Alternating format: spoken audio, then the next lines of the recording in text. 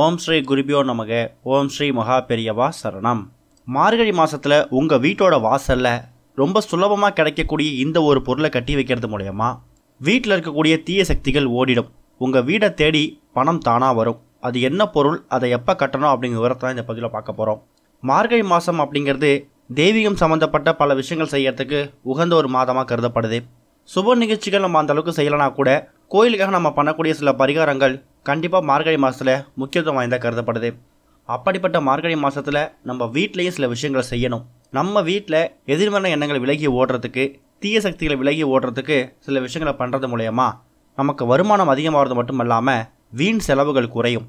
வீட்டில் இருக்கக்கூடிய கெட்ட சக்திகள் விரட்டி அடிக்கப்படும். அப்படி நம்ம பார்க்கக்கூடிய ஒரு முக்கியமான பொருளை உங்கள் வீட்டோட வாசலில், அதாவது நிலைவாசல் படிக்கு வெளியில், நீங்கள் வெளியிலேருந்து வீட்டுக்குள்ளே வரும்போது அதை பார்த்துட்டு நீங்கள் உள்ளே வர மாதிரி இருக்கணும். அது என்ன பொருள் அப்படின்னா ஒரே ஒரு தேங்காய். பூஜைக்கு பயன்படுத்தக்கூடிய ஒரே ஒரு தேங்காயை சுத்தப்படுத்தி கழுவி வச்சுடுங்க.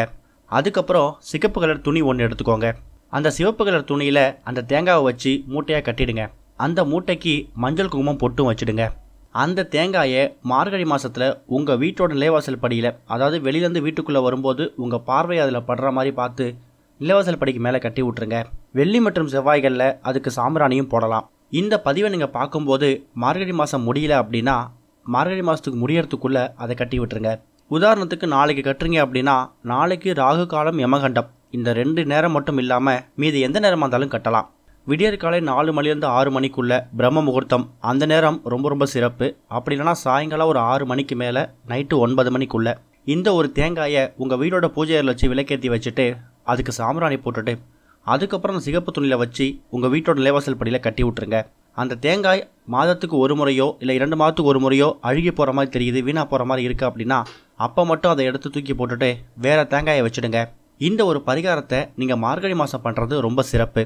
தேங்காய்க்கு எதிர்மறையான சக்திகளை விரட்டி அடிக்கக்கூடிய ஒரு அபாரமான சக்தி இருக்குது. நம்ம வீட்டில் கெட்ட சக்திகள் இருந்ததுனா கூட அந்த தேங்காவை வச்சு கண்டுபிடிச்சிடலாம். சுப நிகழ்ச்சிகளுக்கு, சுப காரியங்களுக்கு அதிகமாக பயன்படுத்தக்கூடிய மகிமை வாய்ந்த அந்த தேங்காவை தான் உங்கள் வீட்டோட நிலவாசல் படியில் கட்ட போகிறீங்க. அதை மகாலட்சுமியாக, அம்பிகையாக நினச்சி பாவிச்சு மார்கழி மாதத்துக்கு சாம்பிராணி போடுங்க.